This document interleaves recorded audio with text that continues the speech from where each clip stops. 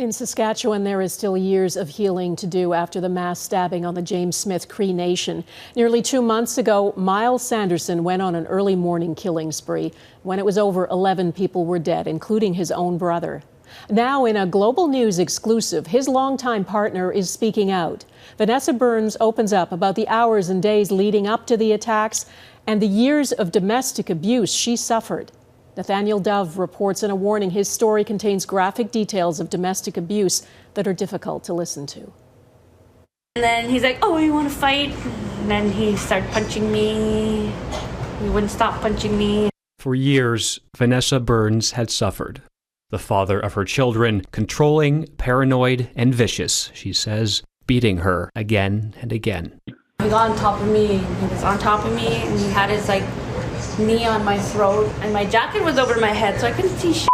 This time would be the last, but only because it was the prelude to even more violence. Myles Sanderson committed all of the homicides alone. On September 4th, Myles Sanderson went on a stabbing spree, injuring 18 people and killing 11. Among the injured, Vanessa's mother, Joyce. Myles stabbed her and twisted the knife. Among the dead, Vanessa's father, Earl. My dad wasn't going to go get help or anything. He chased Myles. He wasn't scared about it. Speaking to Global's Ashleigh Stewart, Vanessa says Earl hated Myles because of how he treated her. And her journals, also shared with Stewart, show the aching loneliness and confusion Vanessa lived. "Am I that desperate to be loved, to think I can change someone?" she writes. "Deep inside, I hold such pain."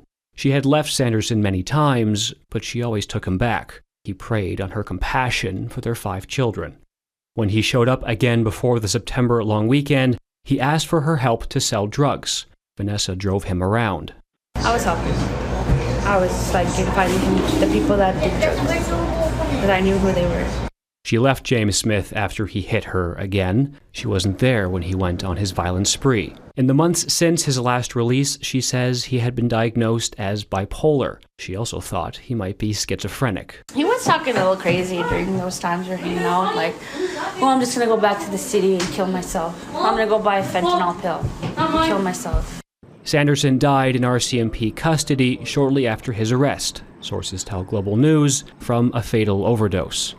Free from the threat, Vanessa says she's focusing on taking care of her family. She went to a shelter after the last time Myles attacked her parents. Now she wants to work in one to help women like her. Nathaniel Dove, Global News, Saskatoon.